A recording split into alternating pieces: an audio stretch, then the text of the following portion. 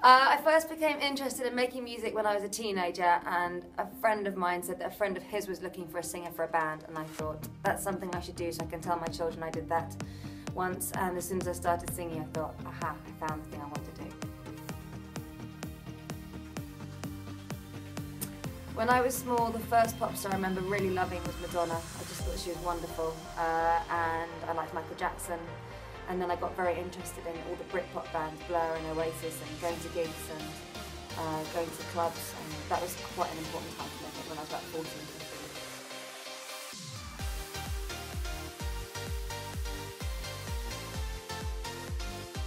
Being in a band was a brilliant way to learn about making music, and I love the camaraderie, and even now as a solo artist I try and get the same feel with the musicians I play with. But I suppose the main difference is you obviously can make more decisions on your own if you're a solo artist, but it also means you can feel a bit more lonely. You haven't got that sounding board of having that little group of you, that little gang. So it's probably a bit lonelier, but you have a bit more control.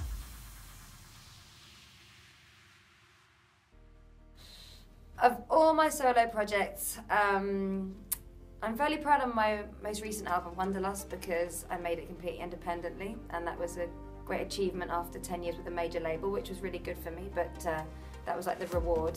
But overall, I think the thing I'm most proud of is just the fact that I'm still singing, because I know I'm one of the lucky ones. There's a lot of talented folk out there, and I'm very happy it's still my day job.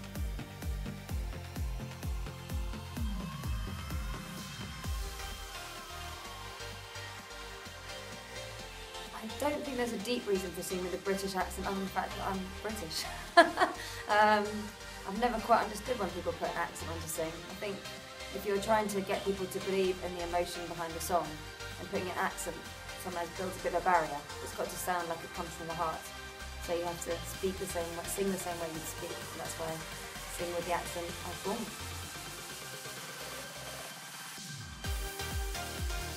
When I write and record a song, there's lots of different ways to start writing. Sometimes I start with an idea just off in my own head, or sometimes I have some lyrical ideas, or sometimes I'll go and write with someone, start from piano or guitar.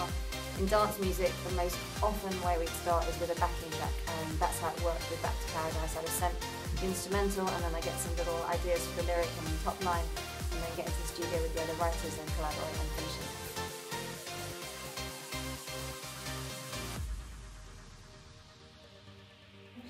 I've been friends with Ganel, or Gigi, as he's known, for many years, and I'm awfully fond of him. So when he said he had a new project starting, I was really keen to have a listen and get involved, and I loved what he and Amir had done. And I immediately, as soon as I heard the instrumental of Back to Paradise, I had lots of ideas. And they came to London, and we spent a day or two in the studio having lots of fun and finishing off recording the song. And that's the best way to write, when it's with friends and it feels like you're just having a nice time. My future plans, more of the same really. I'm always open to doing more dance music, but primarily my last album, my fifth album, was a bit of a departure from that, probably a bit more folky and live sounding, so I think album 6 is going to have to carry on from where I started with that. But that being said, I've only just been starting with little ideas, so in the springtime I will make my new album, and then that's what I'll do, album 6.